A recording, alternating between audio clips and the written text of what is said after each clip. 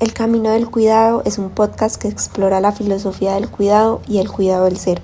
En cada episodio hablaremos con expertos y personas inspiradoras sobre cómo cuidar de nosotros mismos, de los demás y de la naturaleza.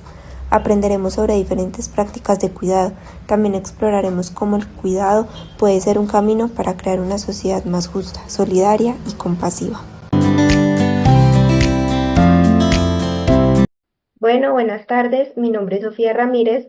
Hago parte del programa de Ingeniería Química de la sede Manizales y estoy en quinto semestre. Pues, hola, buenas noches. Soy Ronald David Sierra Vence. Voy por el semestre número 2 y soy de la sede de La Paz. Bueno, buenas noches. Soy Frankie Alexis Giraldo. Soy de la sede de Medellín y estudio el programa de Ingeniería Física. Actualmente curso quinto semestre. Bueno, y todos pertenecemos a la Universidad Nacional de Colombia. Bueno, ahora sí, empecemos. Bienvenidos a este nuevo episodio al Núcleo Ético del Cuidado, un espacio donde reflexionamos sobre lo que significa cuidar y ser cuidado. Hoy vamos al corazón del cuidado, explorando su dimensión ética y su sentido profundo y en presencia en nuestra vida cotidiana. Y para ello tenemos un invitado muy especial. Él es oficial mayor del Tribunal de lo Contencioso Administrativo de Caldas, Elkin Molina Orozco. Él es abogado y experto en los temas del sector público. Bueno, Elkin, bienvenido. ¿Cómo estás? Gracias por acompañarnos en esta charla tan especial. Primero que todo, cuéntanos un poco de ti, a qué te dedicas, qué profesión tienes y todo.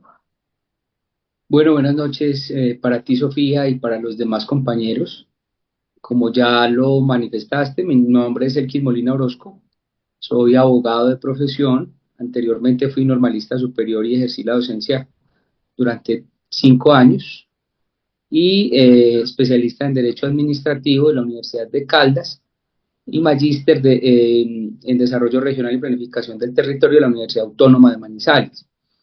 Hace 3 años y medio me desempeño como oficial mayor o sustanciador del Tribunal Contencioso Administrativo de Caldas y previamente fui personero delegado del municipio de Manizales en las distintas áreas del derecho.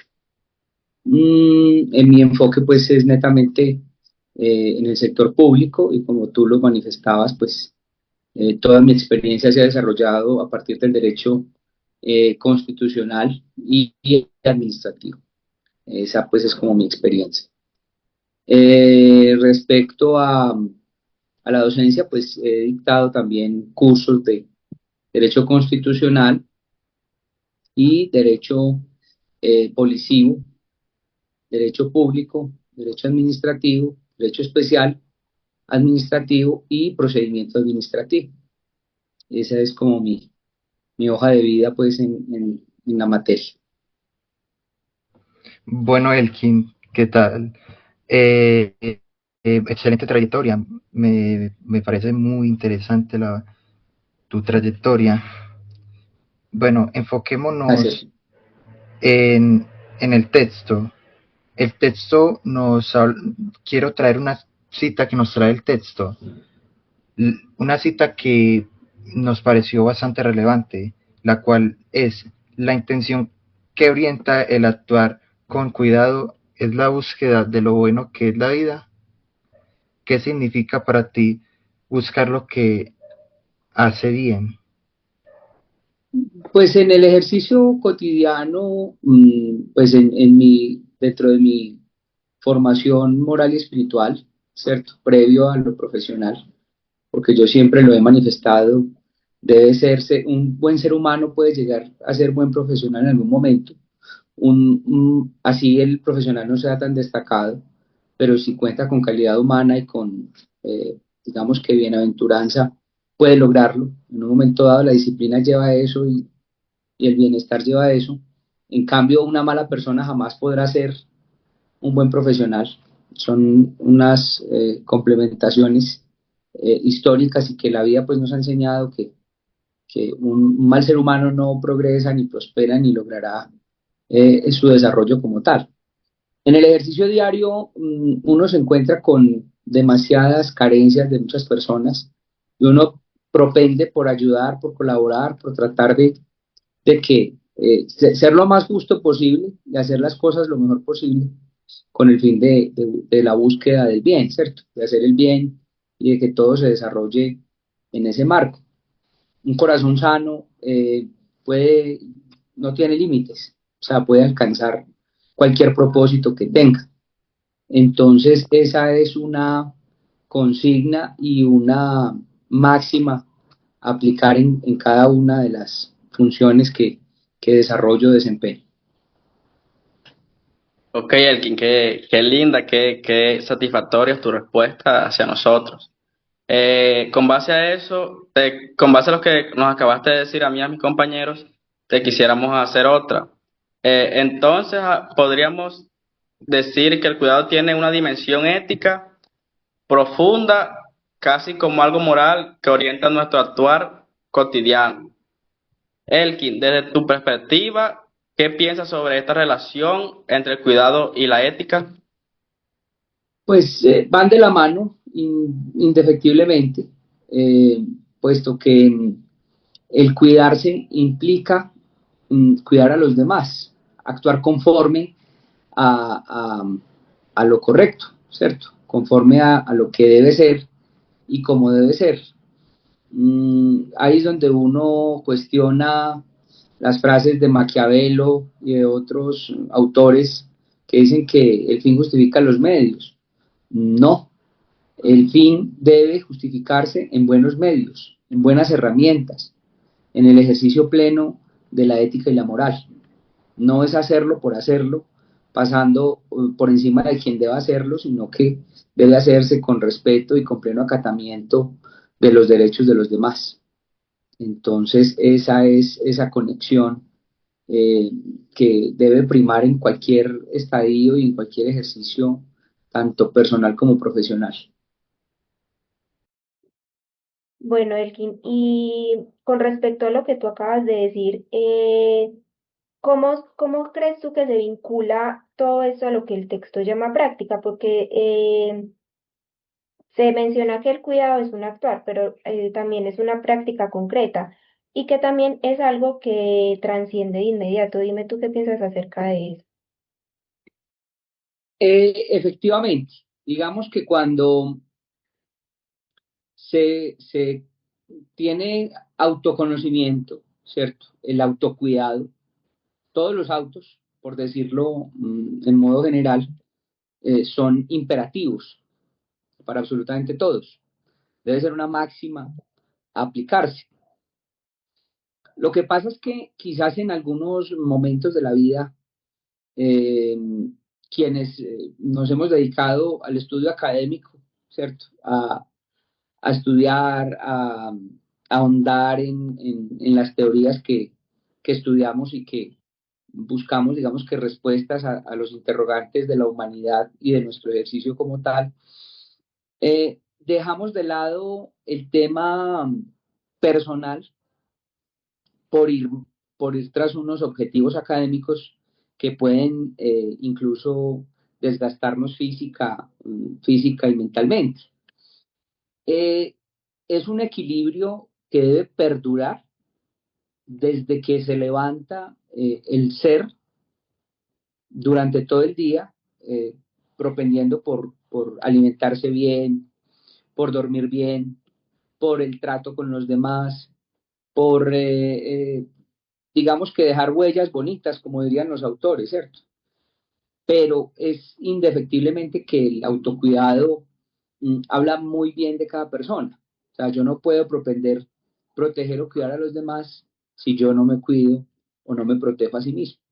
Entonces, esa máxima debe aplicarse no solo singularmente, sino en pluralidad. Súper interesante todo lo que dices y tienes toda la razón. Si uno no se cuida a sí mismo, no va a poder cuidar a otras personas.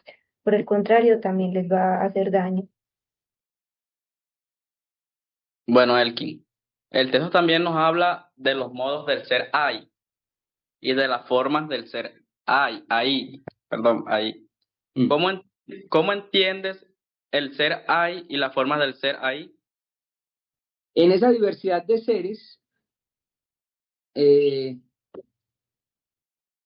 traigo a colación los superellos, el yo y el superello de, del autor, creo que fue Freud o Erickson, que hablaba de las etapas del desarrollo del ser humano y su evolución. Digamos que se acompasa demasiado cada uno del yo con el super yo, por cuanto cada uno va en búsqueda de su origen y de su éxito y de la forma en cómo puede lograr y cómo puede constituirse dentro de cada una de esas características, ¿cierto? Obviamente, pues eso tiene que ver mucho con el tema antropológico y con el tema psicológico, pero saquemos grandes rasgos, pues porque tampoco los voy a poner a que se lean cada una de las teorías del desarrollo del ser, pero sí son importantes tenerlas presente en la vida habitual, a pesar de que años después a estos autores digamos que les restaron credibilidad porque pensaban que estaban pasándose a nuevas teorías o que estaban enredando la existencia del ser humano dentro de la sociología, pero son autores que deben considerarse dentro de esas herramientas y dentro de ese desarrollo, ¿cierto? Yo siempre he dicho que no basta con ser un buen ser religioso, sino que se debe vivir en comunidad con todos los seres, ¿cierto? O sea, yo no me gano nada con cumplir con los mandamientos, con un tema teocéntrico, si mi vida es un caos y si yo no represento eso que predico en mi vida diaria. Entonces, dentro de ese desarrollo epistémico de cada ser, deben existir esas teorías que son respetables y cada uno debe enfocarse, bien sea dentro del tema religioso, dentro del tema psicológico o sociológico, eh, para lograr esas características que se tenían en el texto, que se referenciaron en el texto.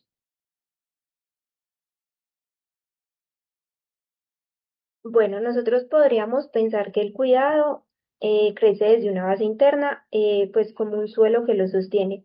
Para ti, Elkin, ¿cómo interpretas esa idea de que el cuidado surge desde nuestro interior? Claro, el autoestima debe valorarse demasiado, ¿cierto? Muchas veces, y los seres humanos somos muy dados a pensar qué dirán de mí, qué pensarán de mí, eh, ¿cierto? Y muchas veces dejamos de vivir sin haber muerto, ¿cierto? Entonces, esa concepción debe ser la primera que se maneje mental interiormente en los sujetos. Cada uno debe precisar, debe darse la seguridad y debe matizar ese tema personalísimo e impactarlo socialmente, pero sí parte de una autoestima y de un equilibrio físico y mental, el valor de protegerse, de sentirse, de generarse la seguridad necesaria para, para generar el cuidado y de ese modo impactar a los demás. Me gustaría detenerme ahí en lo que dices, ya que el texto menciona cuatro posturas del ser ahí, que son sentirse responsable, compartir lo esencial, tener consideración reverencial por el otro y tener coraje. ¿Podrías hablarnos de cómo interpretas cada una de ellas? Bueno, el tener coraje es enfrentarse precisamente ante la adversidad y ante los demás, ¿cierto? La vida en comunidad implica una serie de retos bastante complejos. Hay gente que no los aguanta, hay gente que no los soporta, hay gente que no logra llevarlos a cabo y salir de ellos. Pero dentro del texto se establecía que esas son las píldoras para alcanzar el éxito en el autocuidado y que ello le genere pues contribuir a la sociedad y al desarrollo adecuado, ¿cierto? Mm, el tema del coraje es fundamental. O sea, el autoestima no solo debe fijarse o fiarse dentro del tema personal, sino que debe impactar a los demás, debe inspirar a los demás, debe generarle a los demás ese impulso por sobresalir. Y hay que vivir lo que se piensa, ¿cierto? Mucha gente puede pensar muchas cosas, pero no los lleva a cabo, no adelanta o no hace nada para sobresalir y para sacar adelante ese proyecto que tenga. Y ahí me baso nuevamente en el tema psicológico y en el estudio pues de la psiquis, en que el cerebro no diferencia qué es real o sea, de lo que piensa, qué es real y qué no es real. Y por eso muchas personas no logran su estabilidad, su desarrollo personal o en comunidad porque no desarrollan ese hemisferio cerebral que permite que primero nos creamos lo que queremos ser y después adelantemos todas las acciones necesarias tendientes a ser lo que queremos ser. Primero tenemos que creernos el cuento, como se diría, y después llevar a cabo el proyecto a donde quiero llegar, ¿cierto? Pero nos enseñaron desde la infancia a que era difícil, a que no podíamos pensar en ello, pues lo digo por mi experiencia. Yo pues crecí en un hogar demasiado conservador, demasiado cauteloso, donde yo pensaba, por ejemplo, me quiero comprar un carro, no, se va a estrellar, no, es muy costoso, o bueno, cualquier cantidad de cosas. Como siempre, manteniendo unos límites que no existen, porque los límites no existen. El cerebro no diferencia entre lo real y pues de lo que piensa entre lo real y lo que puede llegar a ser una realidad. Entonces, ahí hay un conjunto y una cantidad de elementos que deben potenciarse para alcanzar esos objetivos. Y qué interesante lo que nos compartes, Elkin, porque solemos asociar el cuidado con la ternura, pero no tanto con la valentía. ¿Cómo consideras que el cuidado puede relacionarse también con la valentía? Claro, el tema del cuidado es que uno se imagina al niño que no lo dejan salir a la calle porque lo va a pisar un carro, porque le van a pegar con un balón o porque sencillamente no puede, ¿cierto? Siempre nos enseñaron, como les digo, esos sismos desde la infancia y eso a muchos de nosotros nos ha impedido llegar a alcanzar nuestros sueños. Va a sonar un poco compleja esta frase que voy a decir o este enunciado, pero a veces se vale ser rebelde para alcanzar nuestros sueños y objetivos. ¿Cómo se logra eso? Saliéndonos del molde y de la zona de confort, ¿sí? Muchas veces nos queremos quedar en una posición cómoda porque le tenemos miedo a lo desconocido y a lo que nos podemos encontrar, saliéndonos, reinventándonos, escogiendo unos nuevos límites que están en la cabeza y que son mentales, pero que en realidad no existen. A lo que nos lleva a esa conclusión que acabas de comentar es que debemos ser rebeldes frente a esas posturas y esos pensamientos que tratan de anularnos, que tratan de decirnos que no somos capaces, que tratan de decirnos que jamás lo lograremos, porque ese es el primer ingrediente para cumplirnos, salirnos del molde, generar toda una revolución personal con el pensamiento cuando la mente o la conciencia o bueno, todos estos elementos de la psicología que les he comentado, traten de aplacarnos, nosotros tenemos que sobresalir de ellos y con resiliencia, obviamente, porque no es fácil, ¿cierto? Uno siempre, cuando se propone un proyecto, tiene reveses, tiene problemas, tiene inconvenientes, pero digamos que la solución está en la misma mente. dándole el coraje y la fuerza y fortaleza para alcanzarlos. Digamos que el texto afirma que el cuidado en su esencia es ético y pues porque está constituido por una búsqueda que es hacer el bien, o sea, uno siempre busca es el bien. Correcto. Entonces podemos decir que el cuidado es una forma de vivir éticamente. Conforme al enunciado que tú has manifestado, considero que sí. La forma de cuidarse hace parte de la ética, tanto personal como en comunidad, ¿cierto?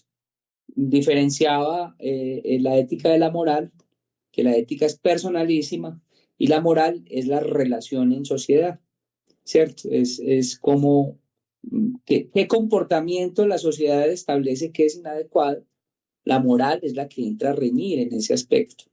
La ética es mi forma de percibirme, de autocuidarme, de relacionarme con los demás, pero obviamente propendiendo por cosas positivas.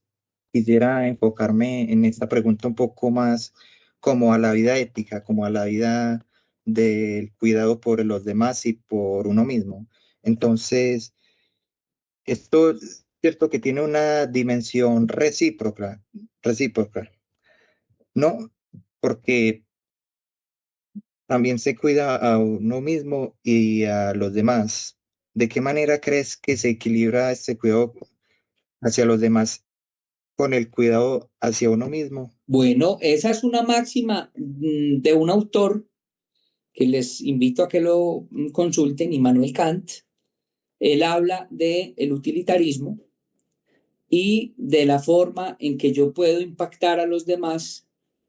Y decía en su texto o en sus distintas intervenciones, generar una acción o establecer una acción que me permita generar el mayor bienestar al mayor número de personas, ¿cierto? Eso pues es algo de filantropía y demás, pero esa debe ser una consigna de todos. Lo que pasa es que estamos en un mundo egoísta, en un mundo que se carcome por la ambición y por, digamos que, la sagacidad para tumbar al otro, para solo yo tener privilegios y los demás no me importan, no me interesan, cuando si yo tengo la posibilidad de ayudarle a alguien, no necesariamente necesito dinero, ¿cierto? Puedo ayudarle de muchas formas, de muchas maneras. Pero esa es una buena táctica. El utilitarismo eh, puede ser utilitarismo kantiano, positivismo kantiano. eh, Habla de eso, la acción que me genere el mayor bienestar para el mayor número de personas. Esa debe ser una máxima de vida, ¿cierto? Pero obviamente a nuestros políticos y a nuestros famosos se les ha olvidado esa parte, lamentablemente. Bueno, Elkin, si pensamos el derecho como una forma de cuidado social, ¿cómo puede un abogado cuidar éticamente en su práctica cotidiana cuando la rutina, la burocracia o la presión del sistema pueden alejarlo de ese sentido humano? Es muy complejo y yo lo he vivido, tanto en mi ejercicio profesional como abogado litigante, como en mi ejercicio como personero municipal, como servidor judicial. Hay gente, y no, pues no es ético dentro de lo que estamos hablando, hablar de los colegas, ¿cierto? Pero hay gente que ni siquiera saluda, ni siquiera cuando se suben a un ascensor uno se les encuentra en la puerta, saludan, ¿cierto? Una norma básica, una regla básica de civismo, hombre, de vida en sociedad, y no la aplican. Se ha perdido el norte y se ha perdido la humanización del derecho porque nos hemos enfocado en ser excelentes profesionales y hemos descuidado al ser humano como tal. Entonces, por eso hay que replantear la formación jurídica y no solo dar ética como una costura, lamentablemente, en las facultades de Derecho como una electiva o como una materia por allá de segunda categoría, sino que debemos intensificar en todas las materias un componente de ética, un componente de formación ética jurídica, la ética del abogado, para que actúe de manera recta, ¿cierto? Hay unos valores que son intrínsecos y que son establecidos en el hogar, que es la primera escuela, pero hay otras que debemos fortalecer en la academia. Las universidades deben propender porque el ejercicio del derecho se vuelva a humanizar y hemos descuidado las demás esferas del ser y de la formación personal como es la ética. Bueno, Elkin, si tuviéramos que resumir este viaje al corazón del cuidado en una frase, ¿cuál sería? Creería en que si lo crees, lo creas, ¿cierto? Y no, no todos los fines justifican los medios.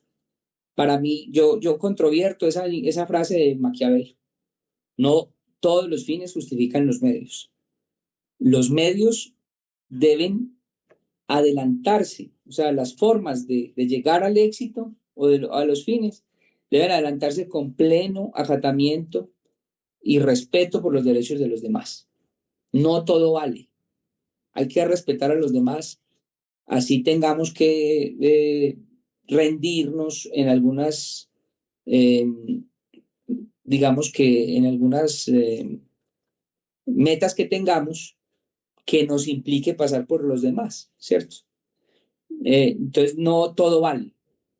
El fin sí justifica los medios, pero de forma respetuosa y acatando principios éticos y morales de conducta que me impidan que yo vaya a lesionar al otro.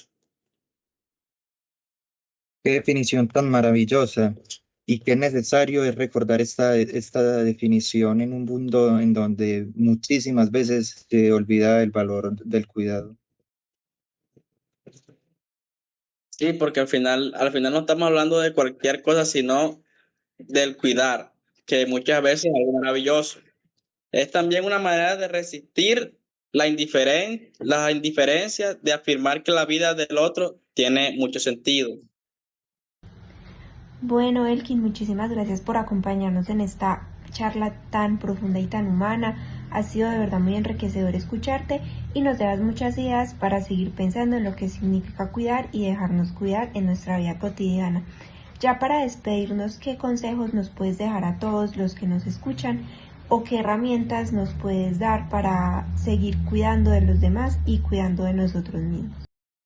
Bueno, a mí en algún momento me preguntaron que cuál era la clave de mi éxito, ¿cierto? En mi vida profesional, por decirlo, personal y profesional. Y yo siempre lo he dicho, hay que vivir, pues en mi caso yo vivo el derecho, yo vivo el derecho desde que me levanto hasta que me acuesto, ¿cierto? Eh, Obviamente pues dejo de lado ciertos formalismos que implican el ejercicio profesional, pero hay que vivir, creerse lo que uno es o lo que uno quiere ser.